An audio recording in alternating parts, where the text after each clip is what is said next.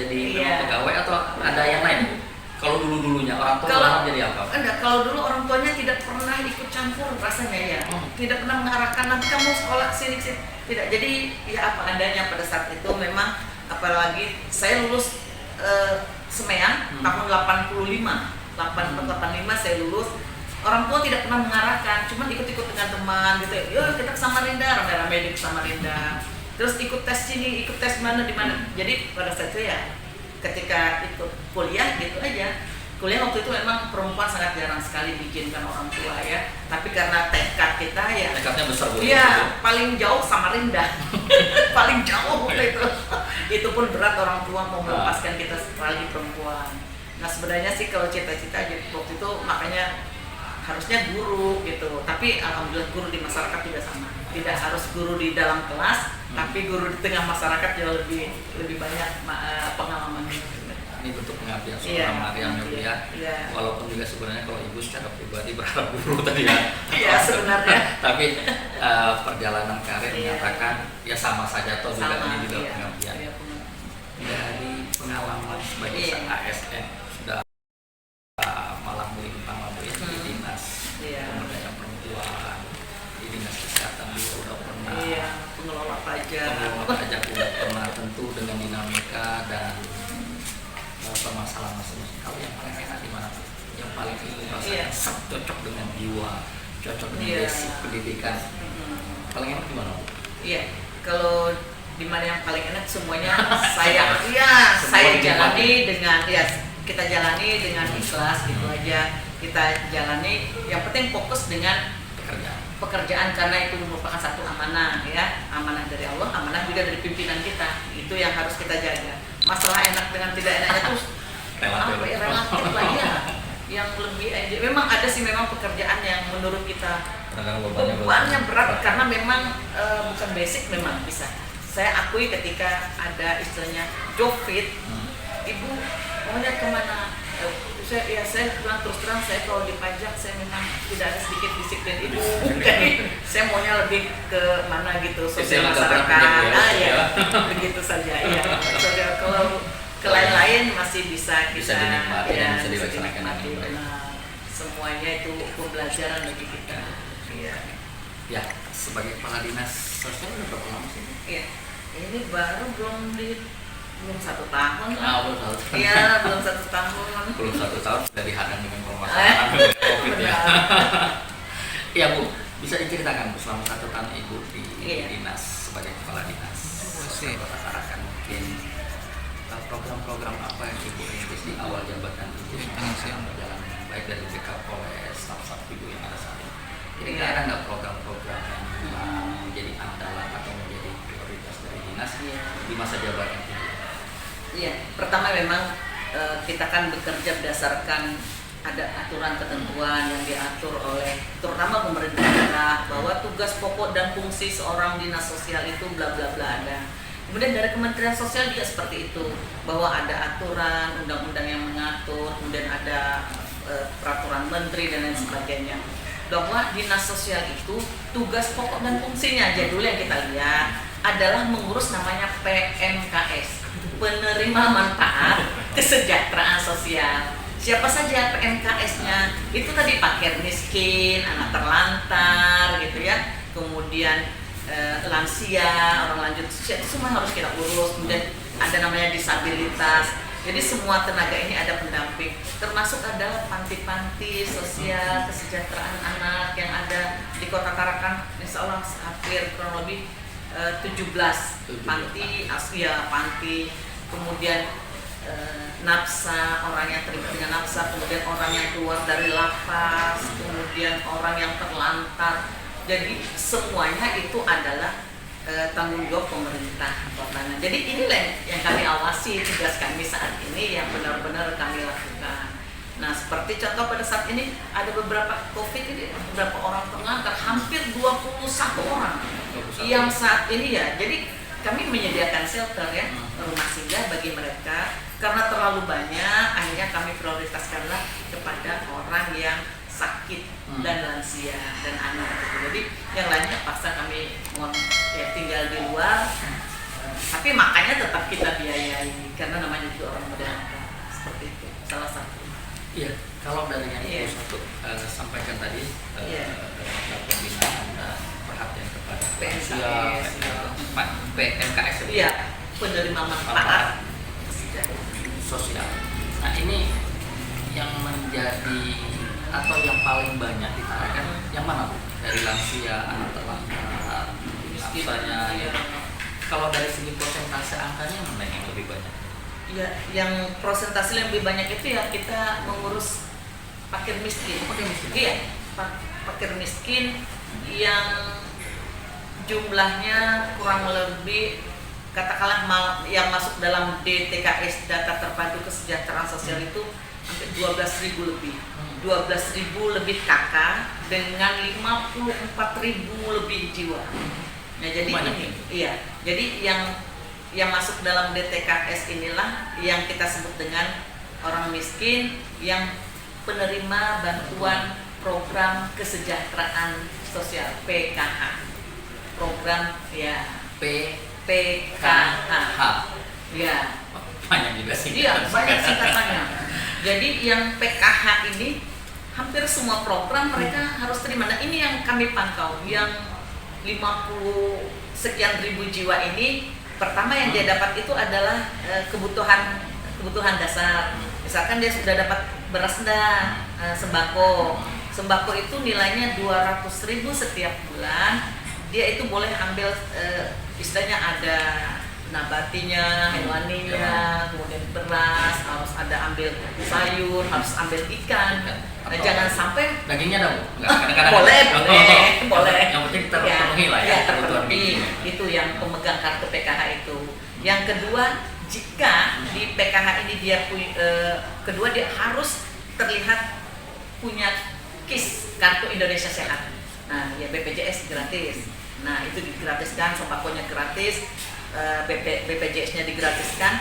Jika dia punya anak sekolah SDK, dia harus terpenuhi bantuan sekolah itu. Jadi setiap kalau dia anak mau TK kah, SD kah, ini nilainya berbeda-beda.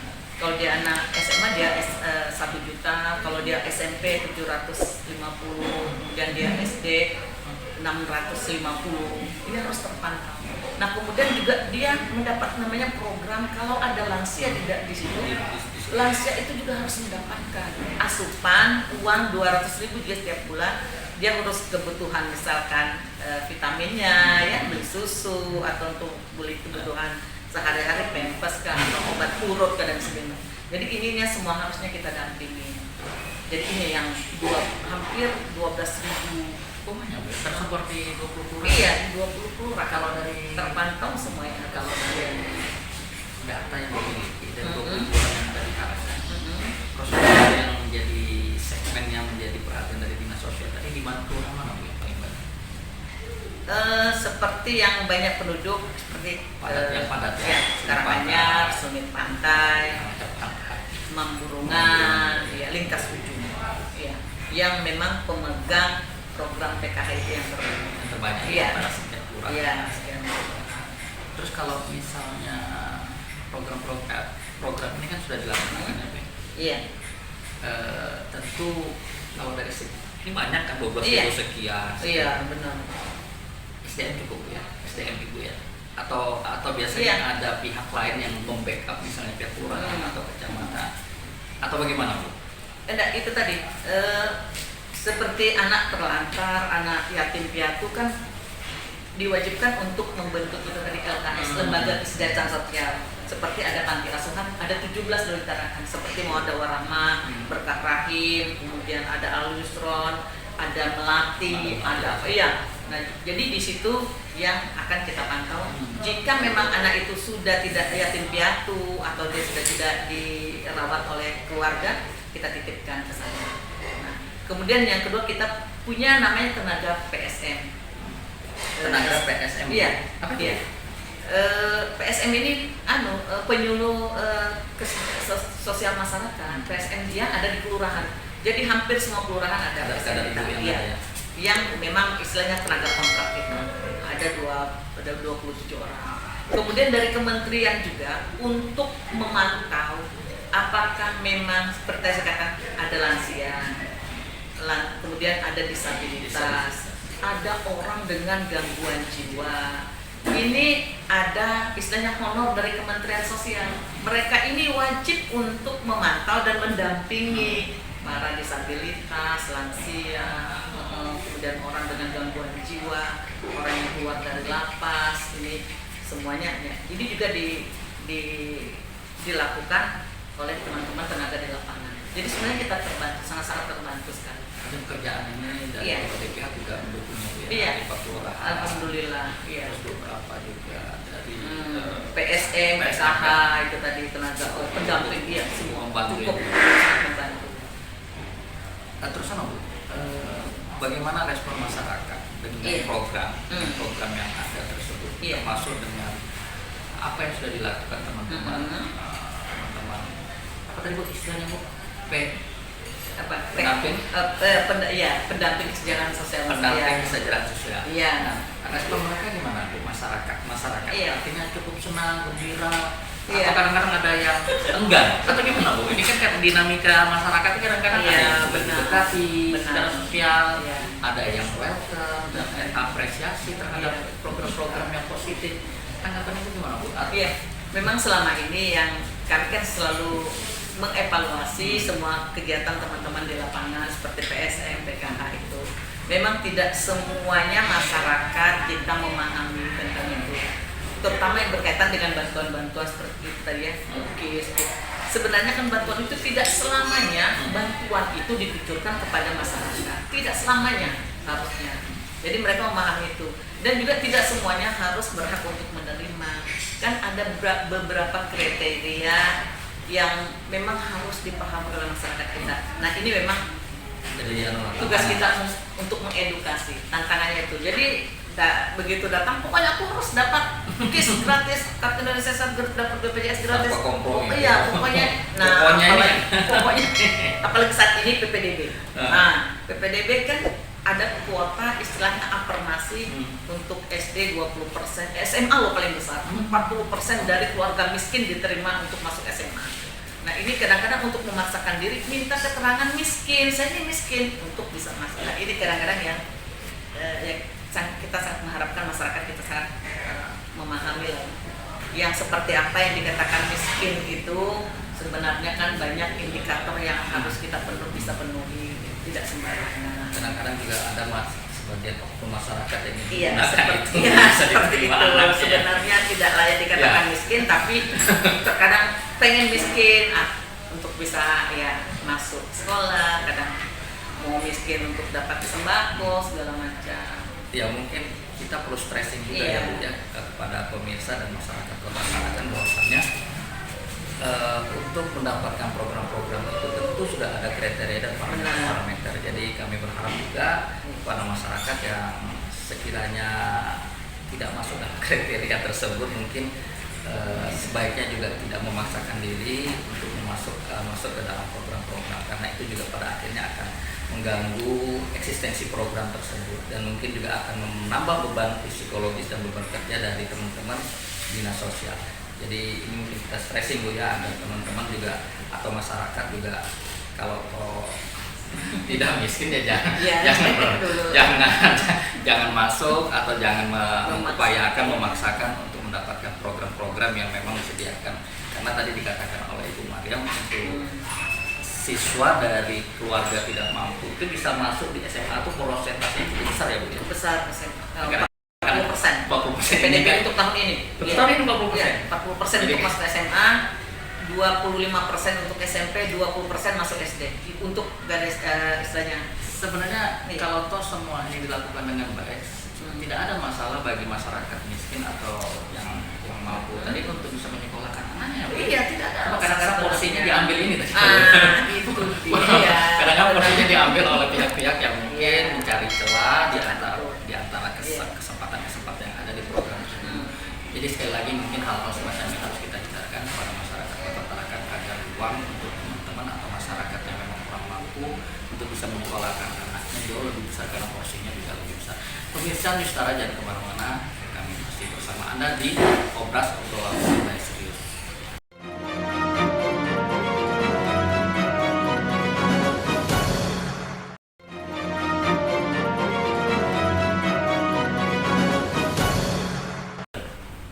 Terima kasih pemirsa, Anda masih bersama saya di Obras Obrolan Santai Serius bersama Ibu Dr.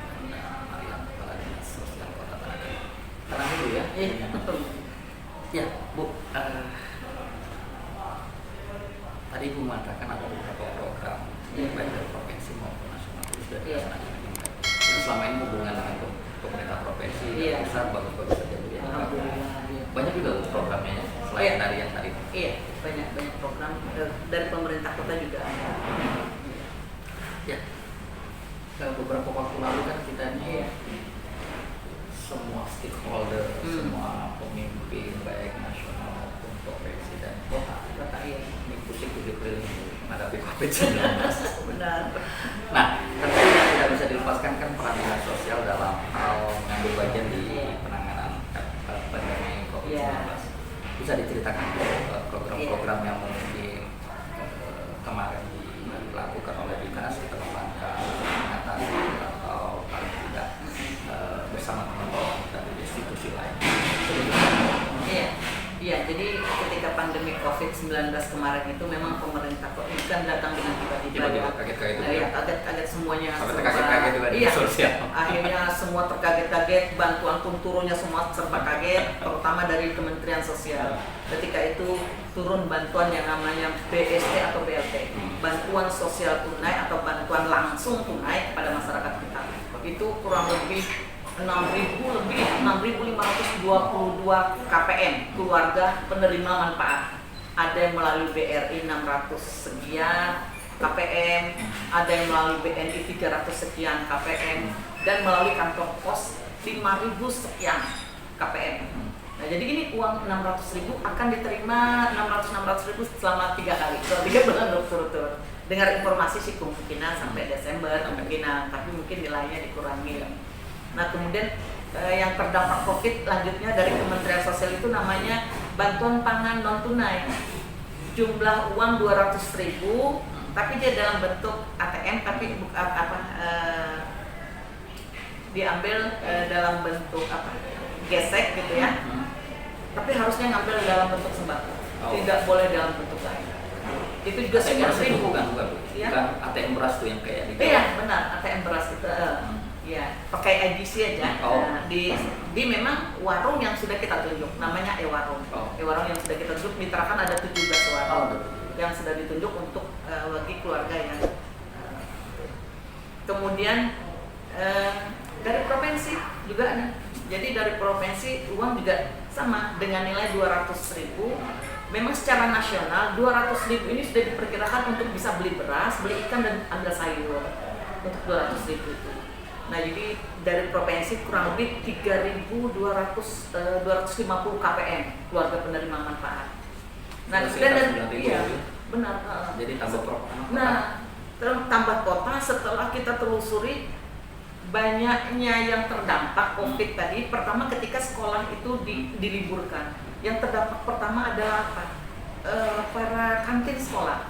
Kantin sekolah kan karena penghasilan hari-hari dari kantin sekolah ya. Setelah kita data ada 300 lebih kantin sekolah Kota Tarakan yang terdampak.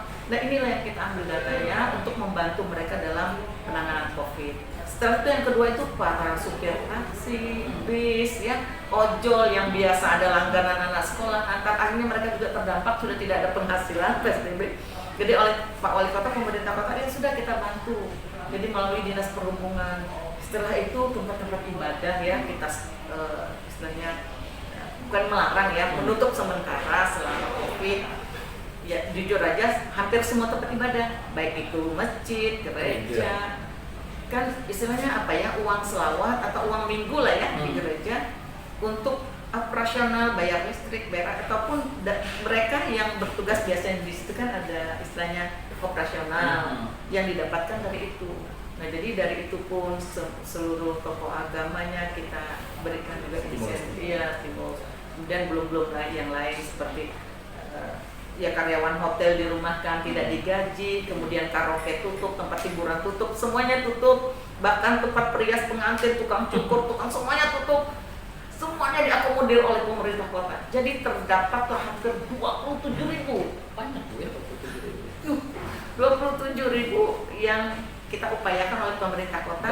Iya, Dapatnya dalam bentuk sembako. Nah, jadi dari 27 itu setelah kita verifikasi dengan capil, ya ada yang tidak valid, ada yang sudah meninggal, ada yang sudah dapat bantuan lain, hanya keluarlah angka 13.000. Jadi 13.000 ini pemerintah kota memberikan dalam bentuk sembako. Namun sebelum diberikan, ya pemerintah kota kan harus membuat aturan dulu biar ada ketentuan untuk mengeluarkan anggaran itu tidak sembarangan karena COVID ini kan iya. Jadi kita buatlah SK kriteria penerima. Ya dia yang tidak boleh itu PNS, TNI, Polri tidak boleh karena walaupun COVID kan tetap kerja, kemudian gaji tetap ada. Terkecuali itu tadi karyawan yang memang dirumahkan. Tapi ada surat resmi loh dari misalkan dari Intraka ada 280-an orang dirumahkan tidak digaji. Nah seperti inilah. Jadi perhatian pemerintah kota untuk diberikan bantuan sembako. Ya kalau kemarin mungkin agak stres juga Ibu kemarin. Iya. Tapi sekarang nggak ya Bu? Alhamdulillah sudah ada kayaknya. Karena sudah berjalan tahap kedua ya, baik bantuan BST itu yang dari kementerian sudah tahap kedua, kemudian bantuan pangan non tunai sudah tahap kedua. Termasuk sembako alhamdulillah sudah mulai 2 hari ini sudah tahap kedua kita bagikan, jadi sudah agak lancar. Yang pertama itu kita stresnya karena hampir semua masyarakat mengaku terdampak, semua mau minta bagian. Di situ yang kita memang agak tekanan pada saat awal-awal tuh ya. Awal-awal ya. Karena semua juga mengaku harus terdampak dan sebagainya. Sementara kemampuan dari pemerintah baik provinsi, kabupaten, kota, bahkan nasional juga mungkin tidak mungkin semua. Tidak mungkin semua. Makanya harus ada kriteria. Benar, kriteria itu yang bisa membatasi kita untuk pada masyarakat.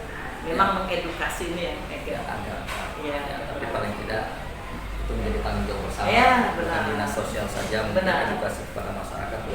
Pertama melalui lurah, ketua RT, ketua RW.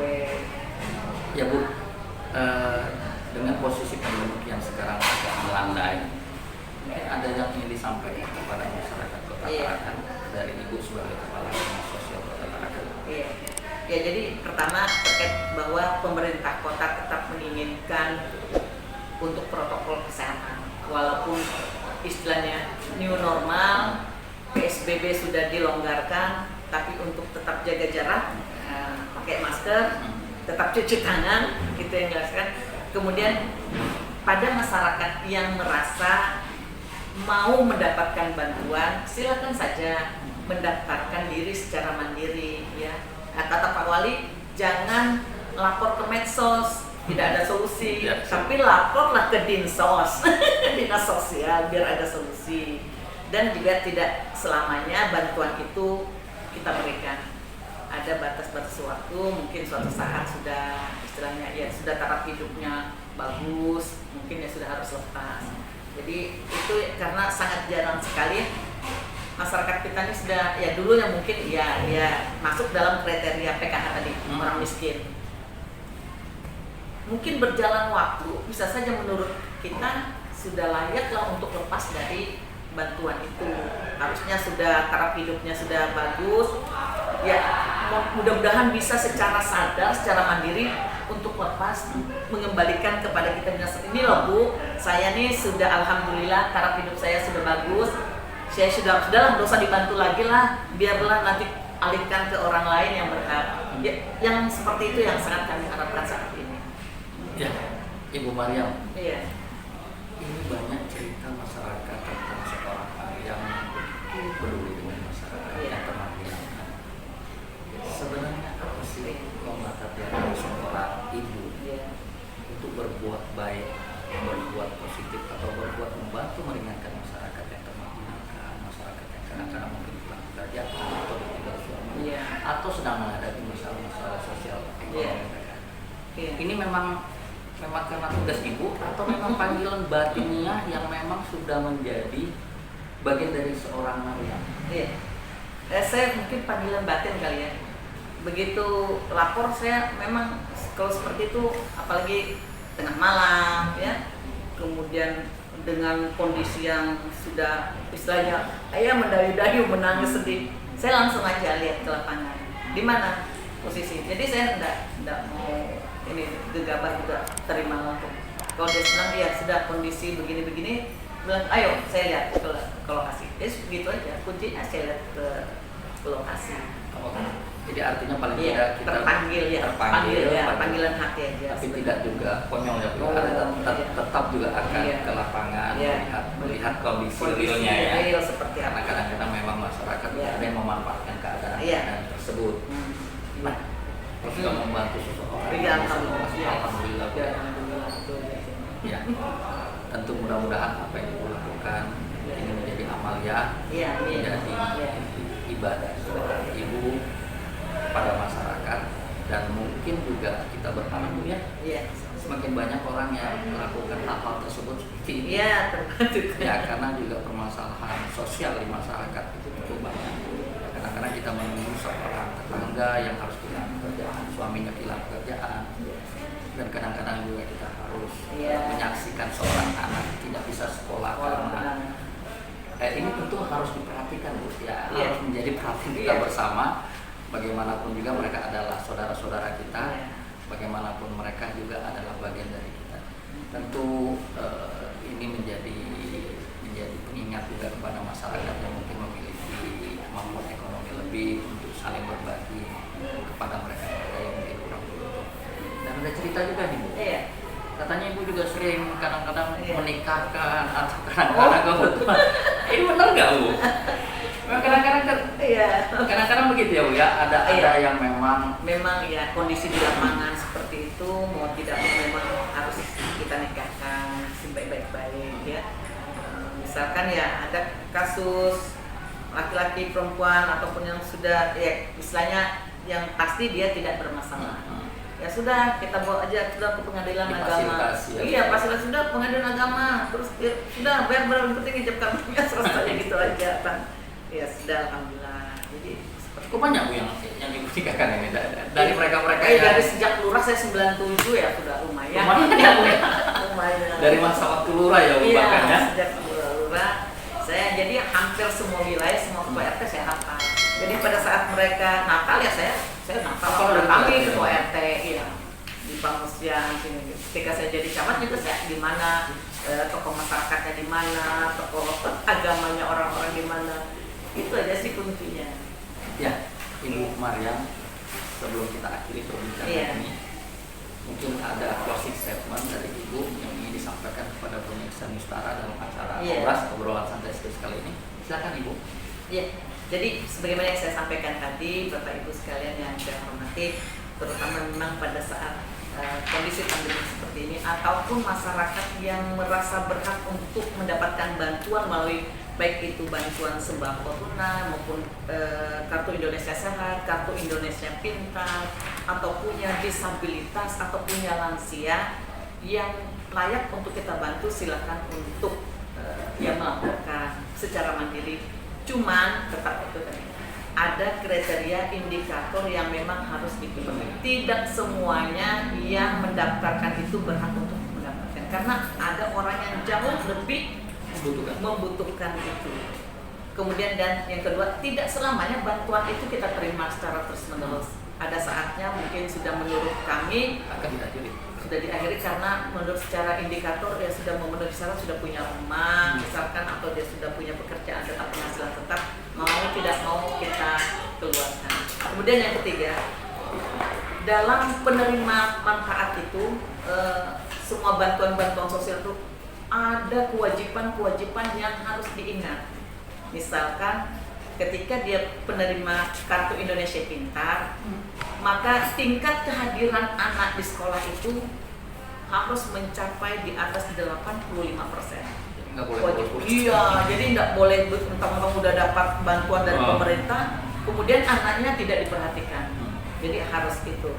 Kemudian ketika mendapat kartu Indonesia Sehat, BPJS gratis, itu pertama pada saat sakit jangan coba-coba minta naik kelas ke kelas 1 atau apalagi VIP, maka secara otomatis saat itu juga akan kita diskualifikasi. Itu yang banyak terjadi masyarakat kita.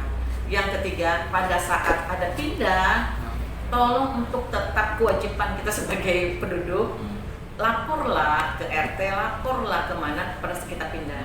Karena pada saat-saat memang tiba-tiba ini diputus oleh BPJS karena apa? Kelalaian kita sendiri sebenarnya.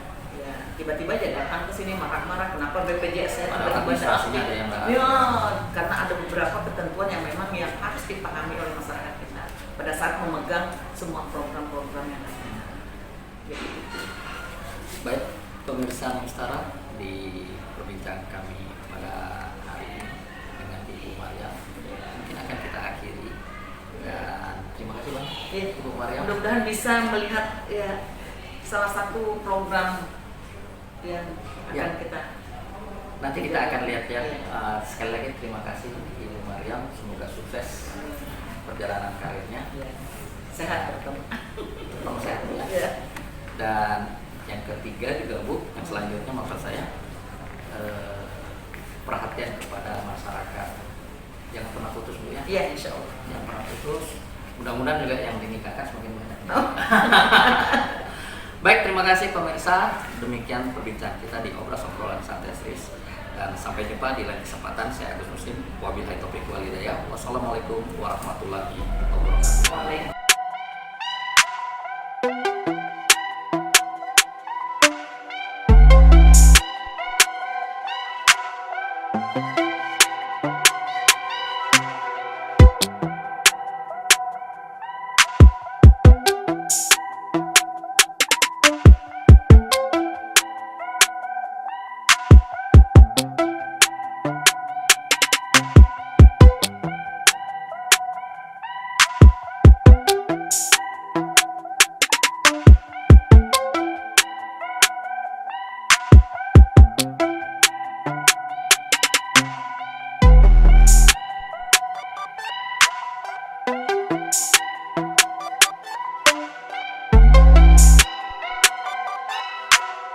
Thank you.